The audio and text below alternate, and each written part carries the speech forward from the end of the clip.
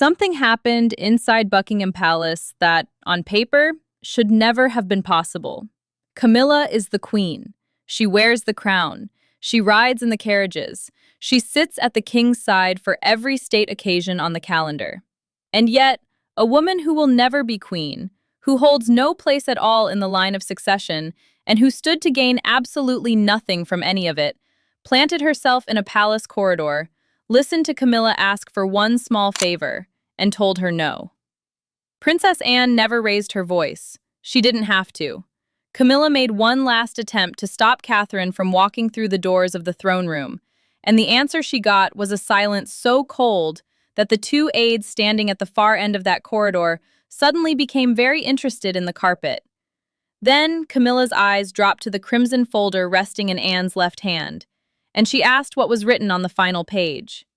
Anne refused to tell her. What Anne did over the next 30 seconds was splashed across the front page of every newspaper in Britain before the following morning was over. A national broadcaster led its evening bulletin with it. A crowd assembled outside the palace gates because of it.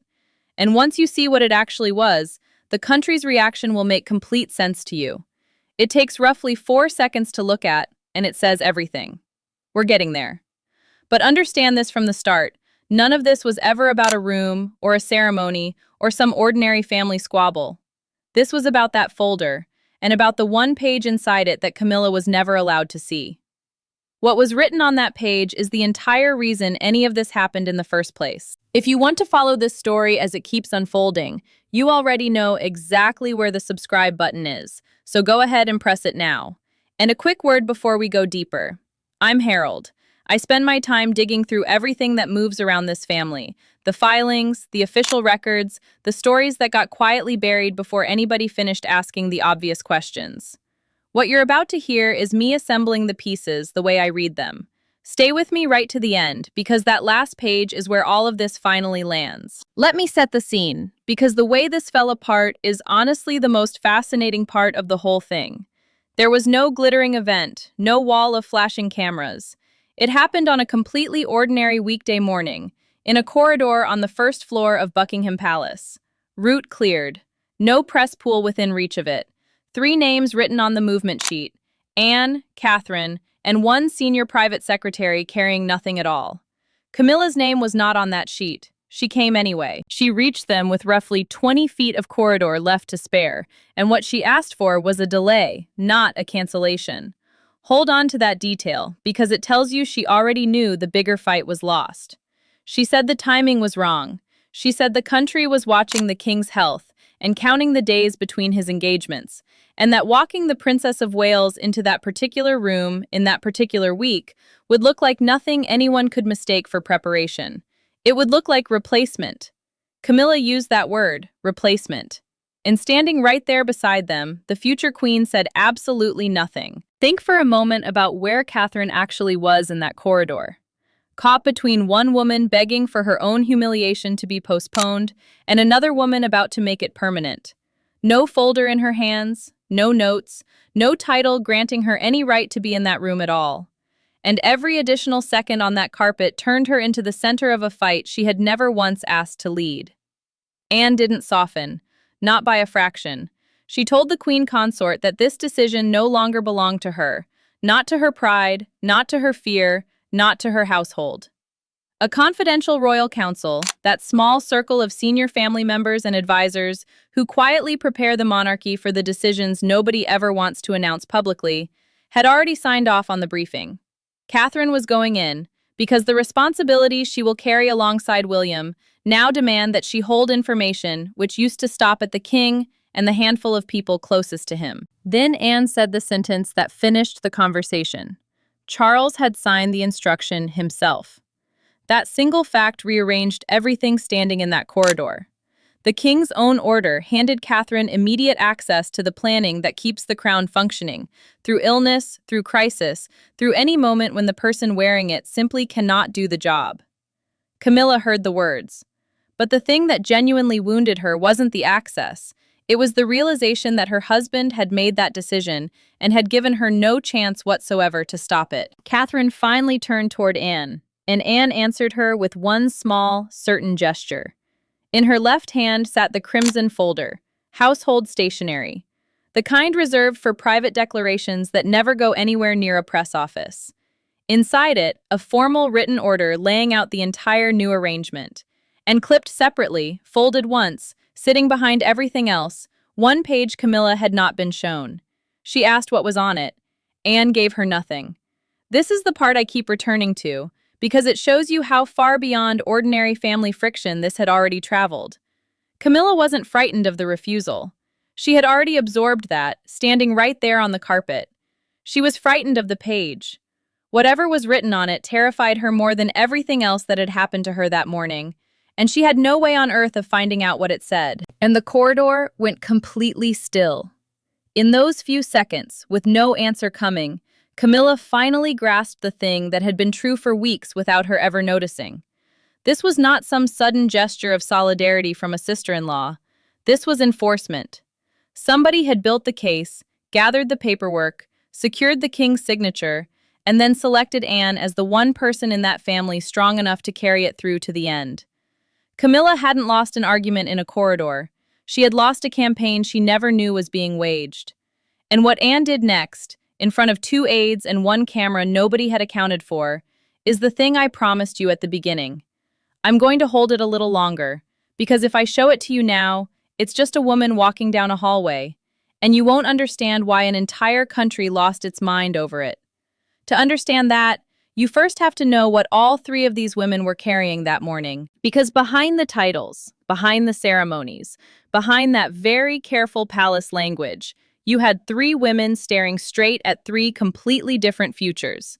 Camilla was terrified of being pushed to the edge of a range she had spent decades fighting her way inside. Catherine was terrified of becoming the public symbol of another woman's defeat. And Anne faced the hardest choice of the 3. Protect the peace inside her own family, or protect the future of the crown from a crack she had decided could not be ignored for 1 more week. Let me take each of them, because none of this makes sense otherwise. Anne first, because people constantly misread her, and she is the reason this story has an ending rather than a rumor. She has never built her place in that family on applause. 5 decades of choosing service over comfort. Hundreds of engagements a year, in weather nobody photographs, for organizations nobody covers. She has no interest in the throne, and her own children hold no royal titles because she declined them on their behalf. That is precisely what makes her the only person in that building capable of enforcing a decision like this one, because there is no version of this story where Anne walks away with a single thing gained. The crown matters to Anne, and when I say the crown, I mean the institution, not the man currently wearing it. She had decided that one private act of jealousy could erode public trust and damage the order William inherits. And once Anne decides something like that, she does not undecide it. Catherine was carrying something entirely different. Years of disciplined public duty had already prepared her to stand beside a future king, and yet every fresh responsibility placed in her hands seemed to deepen Camilla's fear, and she could feel it happening in every single room she entered. She told William, in a conversation that was later written down, that she did not want another woman publicly diminished in her name. And she meant it, because she married into a family that had already done exactly that once before. She has spent her entire marriage being measured against a woman who died in 1997, compared in every photograph, in every dress, in every gesture. She knows precisely what this institution does when it decides a woman is being replaced, and she wanted no part in doing that to somebody else. But she also could not walk away from duties that will one day shape her husband, her children, and the stability of the whole institution. She was trapped between 2 things she genuinely believed in, and there was no clean exit. And then there's Camilla. Here is where I want to be fair to her, because the version of this story where she's nothing but a villain is the lazy version, and it's also the wrong one. Camilla finally admitted the truth to Charles behind closed doors. In a documented account of that exchange, she confessed that her position seemed to shrink every time the younger royal walked into a room. Listen closely to what she was describing, because it's more painful than jealousy. No decree had replaced her. No title had been stripped away. Nothing on paper had changed at all. But attention drifted toward Catherine. Advisors listened to Catherine a little more closely, and the queen consort could feel the future arriving inside that building, while she was nowhere near ready to release her grip on the present. Charles heard the fear underneath her words. He has known this woman for the better part of 50 years. But he also recognized the danger sitting inside that fear, and this is where he made his first mistake. He had spent decades trying to hold loyalty, marriage, and duty in the same hand, and those three things had finally begun pulling apart. So he offered her reassurance. He told her what she needed to hear, and he very carefully did not promise to block Catherine's preparation. You have to understand why Charles goes quiet in rooms like that one, because it's the same reason he has gone quiet in every difficult room of his adult life. The last time this family had to publicly choose between two women, it ended with a coffin in Westminster Abbey and a nation that has never fully forgiven him for it. He has spent almost 30 years managing that. So when the same choice came around again, smaller, lower stakes, better people, he did the only thing he has ever known how to do with it. He said nothing and hoped it would pass. That silence is the hinge of this entire story. Camilla walked out of that room feeling exposed, with no idea where she actually stood, and it pushed her toward a decision she would spend months regretting. Meanwhile, Anne had already started writing things down. This is the detail that tells you everything about how she operates. Inside a handwritten journal, she had begun logging the moments where private rivalry was interfering with official planning. Delayed briefings, attempts to restrict Catherine's access, dates, initials, and what happened when. No emails, no digital trail, nothing a household IT audit could ever retrieve. She wrote it out by hand like a woman who expected to be asked to prove it one day, and expected that proving to be hostile. That record wasn't gossip, it was a timeline, and several entries on it pointed directly at Camilla's office. Then William found the last piece, and it changed what this was. Last week on this channel, I covered what William found in the car belonging to Camilla's son, and how quietly the household handled the whole thing. A lot of you came into the comments asking the same question. What happens the next time he finds something? Well, this is that video. And the second time around, he didn't take it to his father at all. He took it to his aunt. What he had was a confidential note showing that the Queen Consort had requested the throne room briefing be postponed until after a private legal review. Reasonable enough on its face, households write notes like that constantly. Except for one detail that took William roughly 4 seconds to spot. Charles had authorized no such review. No law officer had been instructed. No file existed anywhere. That review had been invented, and it had been invented to buy time. That's the line. Everybody who read that note understood it the instant they saw it. Delaying a briefing because your husband is unwell is a wife being protective. Delaying a briefing by pointing at a legal process that does not exist is something else entirely. This was no longer insecurity. This was interference, and now it was interference in writing. But the real point of no return had arrived earlier than that. Weeks earlier, during a ceremony that exists specifically to show the world a united royal family. And it came down to one altered instruction and a single card that somebody swapped. The final confrontation didn't begin outside the throne room at all. It began weeks before, underneath the polished surface of a major royal ceremony where every movement had been rehearsed and every position carried meaning. One changed instruction placed Catherine behind Camilla, separated her from William, and quietly erased her from a duty Charles had personally assigned to her. Anne watched it happen with her own eyes, and from that moment she began preparing for what was coming. Catherine arrived at the Commonwealth Service rehearsal expecting two things: to stand beside William during the procession and to receive a sealed briefing from senior household officials afterward. That service takes place at Westminster Abbey on the second Monday of March, with high commissioners and flag bearers from 56 nations packed into one building, and every position inside it carries weight. The order in which people walk signals rank, responsibility, and above all, who currently holds the monarch's confidence. The photographers know the plan before they even arrive. They know exactly which frame sells. Minutes before the rehearsal began, an aide came down the aisle carrying a revised placement card. Camilla's private approval was on the instruction. Catherine was moved several places back, out of the pairing with her husband, behind the Queen Consort, and her briefing was reassigned to another member of the family. The Queen Consort's office called it a necessary adjustment. But look at what that single card actually accomplished, because it did far more than rearrange a ceremony. It pushed Catherine away from William in the one procession that year where the entire Commonwealth was watching. It weakened her role in front of the diplomatic corps and the press.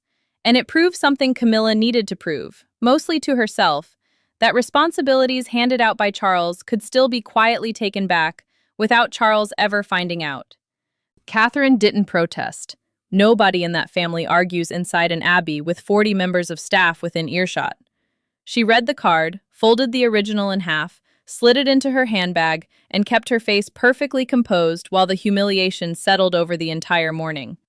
Anne watched her fold that card. Sit with that image for a second because I think it's the hinge of this whole story. Anne has watched royal duty demand sacrifice from people her entire life, and she has made those sacrifices herself, over and over, without complaint and without a camera crew trailing behind her. Sacrifice for the institution she understands, and she has never once objected to it. But this was different, and she knew it instantly. There was no protocol behind that card, no precedence rule, no requirement of any kind. Catherine was being reduced by somebody else's fear, and that fear had learned to write in the language of official paperwork. Anne moved fast. In a documented account later prepared for Charles, she went straight to the aide and asked who had authorized the change. The answer came with some hesitation, which tells you the aide already knew there was a problem. The instruction had passed through Camilla's office under the phrase visual hierarchy, a genuine term officials use for the public order that shows the country who ranks where. It is also, when deployed the way it was deployed that morning, a very tidy way of removing somebody from a room while insisting you were merely arranging furniture. And the king had approved no such alteration. None. Not verbally, not in writing, not through his private secretary. Charles read both placement cards that evening. He studied the original, then the replacement. Then he set them down on the desk without saying a single word. The people who work near that man will tell you the silence carried anger. But it carried shame too, because he had personally assigned Catherine that briefing, and somebody inside his own household had overridden his instruction without ever asking him. So Anne requested a confidential review of every change made to Catherine's duties across the previous 6 months. The review went through internal schedules, approvals, and message traffic the palace never releases to anybody. 2 officials conducted it, and neither of them worked for Camilla. What they found wasn't a mistake, or a misunderstanding, or a scheduling clash. It was a pattern. Delayed briefings, altered placements, messages diverted away from Catherine's office and read by somebody else first. Repeated efforts to narrow her access to senior advisors. Meeting requests answered with a phrase about being under review, when no review existed anywhere. All of it inside 6 months. All of it pointing at one office. And armed with documents Camilla never expected her to see, Anne walked into a private room and made the queen consort answer for every single one of them. The door closed. No aides, no secretaries, no family anywhere near it. Anne had requested the meeting without saying what it was about, and she arrived first. She laid the altered schedules out on the table between them, the original card and the replacement side by side, the delayed briefings, the diverted messages, and the note about the legal review that did not exist sitting face up on top of the pile. Then she asked Camilla one question. How many times had she interfered with Catherine's duties without the king's knowledge? Camilla tried to defend herself. Anne didn't move, didn't blink, and didn't let the conversation escape into excuses.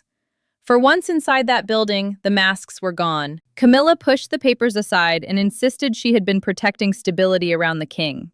She said Catherine's rise was moving too fast while Charles remained active, vulnerable, and under enormous pressure. That the household was running him too hard. That the press was counting his engagements like a countdown clock. That competing centers of attention inside one family could damage his authority at the precise moment he needed it most. And I'll give her this much. That is the argument a competent private secretary would make. Had she put it in writing, to the king, on the record, it would have been a legitimate position, and it might well have won. Instead, she made it after the fact, to explain months of changes she had never disclosed, about a legal review she had invented. That's the difference between an argument and a cover story. And Anne said exactly that to her face. Anne answered with completely controlled fury, which is somehow worse than shouting. Protecting Charles did not require humiliating another woman inside an abbey, and it certainly did not require blocking duties he had personally approved. Then she said the thing Camilla could not answer, because it was true, and because it cost Anne nothing to say out loud. The Princess Royal has no desire to be queen and has never once shown the faintest interest in moving closer to the throne. She had nothing to gain from that conversation, nothing whatsoever except the survival of a system she has served her entire adult life. And that is precisely what gave her the force she had in that room. Camilla finally broke under it, not into tears from everything I can find, into detail. In a recorded account of that private exchange, she admitted asking for the throne room meeting to be postponed. And then she explained why. This is the part that made me sit back in my chair when I first assembled it. Catherine was not going into that room for an introduction. She was due to receive a confidential continuity plan, a private document setting out who carries which key responsibilities if the monarch suddenly becomes too ill to act. That briefing would place the younger royal deep inside decisions Camilla had always believed belonged to Charles and to the small circle closest to him. Camilla had sat through that briefing herself. She knew exactly what was in it, and she knew exactly what it would mean once somebody else knew it too. Here I have to say plainly that this next part is my read of her thinking, rather than anything anybody has confirmed. But watch what she does immediately afterward, because her actions say more here than any statement ever could. Camilla wasn't trying to stop a ceremony. She was trying to delay the transfer of the one advantage she had left, being the only woman in that family who already knew the plan. Anne let the confession hang in the air for a moment. Then she delivered the part Camilla hadn't worked out. The king already knew. He had read the request. He had recognized exactly what was inside it. He had rejected it outright. And he had authorized his own sister to make certain Catherine entered that throne room without one further day of delay. No household office, no private appeal, no emotional warning from anybody was going to reverse that order. Camilla rose slowly out of her chair, and on her way out she issued one final warning. The closest thing this story has to a threat. Anne might control the doorway, she said, but the true decision did not rest with her. It rested inside that crimson folder, beneath the final page, under a signature neither of them could argue with. She was right about that. She had absolutely no idea how right she was. Because days before any of that happened, Charles had been sitting alone with the crimson folder open in front of him, reading the same paragraph for the third time and signing nothing at all. Let me slow down here because everybody wants Charles to be either the villain of this or the hero of it, and honestly, he is neither. He is the man who created this entire problem by refusing to have one difficult conversation with his wife. He is also the man who then had to solve it with a pen, knowing exactly what it would cost her. The decision in front of him wasn't about affection or revenge or swapping one woman for another. It was about continuity. The machinery that keeps the monarchy running when illness or absence takes the sovereign out of action. Nobody in Britain paid that machinery much attention for decades, right up until the moment it stopped being theoretical. Two things made it real. In November of 2022, Charles wrote to the House of Lords on his own birthday, asking Parliament to widen the small group of people legally permitted to stand in for him, and the BBC reported it at the time. That bill passed within weeks and added Anne and Edward to the list. Then, in February of 2024, Buckingham Palace announced that the king had cancer. Every abstract question about who steps in and who knows what became a live problem inside that household overnight. And it stayed live. So the document in front of Charles that evening carried a very dry title: a Royal Continuity Directive. It does exactly one job. It explains who receives sensitive briefings and who carries which duties if the monarch becomes unable to act, so that nobody spends the first day of a national emergency arguing about authority. Catherine's inclusion in it did not make her sovereign. It did not shift her a single place in the succession. It did not hand her a title, a signature, or any legal power whatsoever. It prepared her for responsibilities she will one day carry beside William, and that is all it did. Charles rested his hand beside the final page, and he did not sign it. William came in while he was still sitting there, and he chose every word with care, because he understood how fragile that room was. He told his father that Catherine did not seek Camilla's place, had never asked to be moved forward, and had never once asked to be used as a symbol against her. His wife would carry whatever the institution needed her to carry, the way she always has. Then he put the problem somewhere his father could not step around it. Catherine cannot protect the monarchy while being denied the knowledge she needs to serve it. Their children, their future reign, the stability of the crown, all of it depends on preparation beginning before a crisis rather than during one. And you already know why William thinks about it in exactly those terms.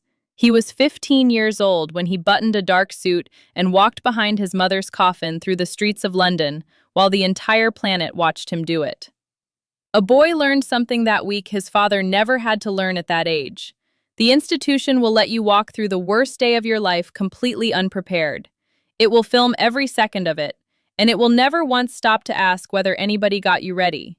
He was not going to let that happen to his wife. Charles looked back down at the document and felt the weight of both women at once. Camilla would never see a neutral instruction on that page. She would see rejection delivered on paper, from the husband whose reign she had struggled 18 years to enter. But Catherine would see something equally damaging if he refused to sign, proof that duty in this family can be blocked by somebody's private fear, even when the future of the whole institution demands clarity. The king finally picked up the pen. His signature approved Catherine's briefing, effective immediately, with no further delay permitted for any reason. But it was the second instruction that carried far more force than the first. And this is the part that made that corridor scene inevitable. It gave Anne the authority to enforce the meeting without delay, not to advise on it, not to attend it, to enforce it. It made his own sister the personal guardian of the decision, which meant no private office, no emotional appeal, and no last-minute request from anyone could overrule her. Because standing in front of Anne now meant standing in front of the king. Think about what a choice like that says about how Charles read his own wife. He didn't write her a letter asking her to stop. He appointed somebody to make sure she couldn't. And then he turned to the final page. Camilla spent days terrified of that page, and she was right to be, because it was the only part of the whole document written specifically about her. It stated that all unauthorized interference with Catherine's duties must end immediately. From the moment of signature, any future change to her schedule, her ceremonial place, or her access to senior advisors would require the monarch's written approval. Written. Not a phone call, not a note from an office, not a phrase like necessary adjustment passed down through an aide in an abbey. That one word sealed the hidden route completely. Every single thing Camilla had done across those 6 months had traveled down precisely that road. A verbal instruction here, an office approval there, a card handed to an aide 8 minutes before a rehearsal. None of it had ever required the king's signature before, which is exactly why it worked. Charles closed that road in one sentence. William watched his father set the pen down and understood what had changed. The king had finally chosen action after months of managing the problem instead of solving it. But there was no relief in it for anybody, because somewhere else in that building, his wife was about to discover that the man she had trusted for 50 years had protected the monarchy without warning her first. The ink had barely dried before it reached her. Camilla received the news in a private sitting room, where an aide placed a copy of the directive beside a cup of tea she never touched. She read the final page once. Then she read it again. Then she removed her glasses and asked whether Charles had truly authorized every line of it. The answer came softly, and it landed with brutal force. He had. In that instant, the throne room doors became something more than polished wood. They became the boundary between the influence she had spent her entire adult life acquiring and the authority she could no longer reach. Camilla held those pages tightly while the full meaning settled on her. The directive ended her power to alter Catherine's schedule, her ceremonial position, or her access to the senior advisors who guide the monarch on state business. Private household influence could no longer touch the preparation for William's reign, and everybody in that building understood it within a day. The consequences spread through the household almost immediately. From that morning onward, any challenge involving the Princess of Wales had to go directly to Charles, to William, or to Anne.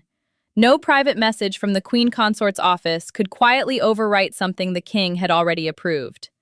20 years of soft power ended in a memo about paperwork. Camilla felt all of it as betrayal, long before she was able to understand it as discipline. And she asked the question that had been sitting underneath everything. Why had her husband trusted his sister to enforce this, instead of speaking to her himself before he signed it? That question carried years inside it. She had fought for acceptance beside Charles through a level of public hatred that would have broken almost anybody else. She had waited out the scandals, the documentaries, the polling, and then, when the greatest threat to her position finally arrived, he chose silence and paperwork over one honest conversation. Charles came to see her later, and he did not defend the delay. In a documented account of that conversation, he admitted he had avoided the problem because confronting his wife meant reopening the wound in that marriage that has never closed, and you already know whose name sits underneath it. But his hesitation let resentment grow in the dark for months. It wrecked the trust between the two women, and it put the family's own preparations at risk while he managed his own discomfort. Then Camilla learned the detail that unsettled her more than the directive itself. During the review, Catherine had privately asked that no public announcement be made about any of it, and had insisted the changes focus on duty rather than blame, specifically to protect the older woman's charitable work and her public dignity. Mercy cut deeper than punishment ever would have, because the person she had spent months treating as a rival had been handed a clean shot at humiliating her and refused to take it. Catherine could have let those findings run. Somebody would have leaked them inside a fortnight, and the front pages would have written themselves for 6 months. She chose restraint instead, and it left the queen consort with nowhere left to hide from her own fear. The official struggle ended there. The personal wound did not. And the two of them still had to sit in a room together, with no Charles, no Anne, and no palace rules standing between them. Away from the sealed folders and the royal authority, this became what it had always been underneath. One frightened woman talking to another one. Catherine came in alone, no officials to record it, no relatives to interrupt the moment it turned uncomfortable. Camilla stood over by the window, wounded and defensive, and unsure whether the younger woman had come to take a victory lap. Instead, Catherine placed the altered placement card on the table between them. The original, the one she had folded in half inside that abbey and carried in her handbag through the entire review. And she said she hadn't kept it as evidence of her humiliation. She kept it as a reminder of the kind of future queen she never wants to become. By then, Catherine had already received the throne room briefing and understood the weight Charles had placed on her shoulders. But she had also worked out the thing Camilla had spent months missing, that power taken through another woman's shame will poison whatever it was meant to protect. Camilla looked at the card, and for the first time in this story, she stopped defending herself. In a privately documented account of that meeting, she admitted that every increase in Catherine's authority had felt like proof of her own disappearance. She had fought so long to get inside that reign that she could no longer tell the difference between a woman preparing for the next one and a woman erasing her from this one. She mistook preparation for a threat to her survival, and it cost her everything. Catherine answered with quiet force. She said, "Dignity can never be protected by taking dignity away from somebody else." She said she would accept every duty required of her, and she would not allow a single one of them to be turned into a weapon against Camilla. And she meant it, because the future queen is afraid of power too. Not because she wants less responsibility, but because responsibility without restraint turns service into cruelty. And she has watched exactly that happen inside this family before. Then Camilla's expression changed, because Catherine told her about the choice she had already made. She had asked Charles to preserve the older woman's charitable patronages and her public program. And Camilla's patronages are not decoration. Her work on domestic abuse and rape crisis support goes back years, and the organizations behind it depend on that association. Catherine had separated Camilla's real service from the interference Anne exposed, and refused to erase 2 decades of work because fear had corrupted one part of it. And then Camilla admitted authorizing the change in that abbey. She didn't blame an aide. She didn't hide behind palace procedure. The recorded account notes that she apologized without a single qualification attached to it, and accepted that her fear had turned into an abuse of access. For the first time in any of this, the queen consort did not ask to be protected from the consequences of her own decision. Catherine didn't offer her easy forgiveness. She offered a boundary instead. Respect would remain, duty would continue, interference would not. And Camilla accepted those terms because she finally understood that the younger woman had not walked into that room to defeat her. But a truce like that could never stay hidden. And now I owe you the thing I held back at the start, because within a day, One photograph decided how the entire country would understand every bit of this. Here is what Anne did in that corridor after she refused to answer.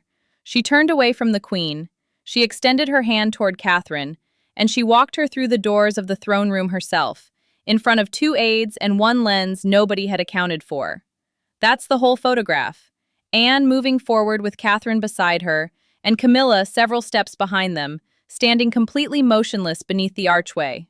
No argument in it, no document visible, nobody shouting at anybody. And by breakfast the next morning, every person in Britain was looking at it and reading exactly the same three things off one frame. The Queen asked, the Princess Royal said no, and then she took the other woman's hand in front of witnesses and walked her into the room the Queen had been trying to keep her out of. That's what shocked the country. Not a scandal, not a leak, not a screaming match. A hand, a door, and a woman left standing under an arch, in a single image that needed no caption at all.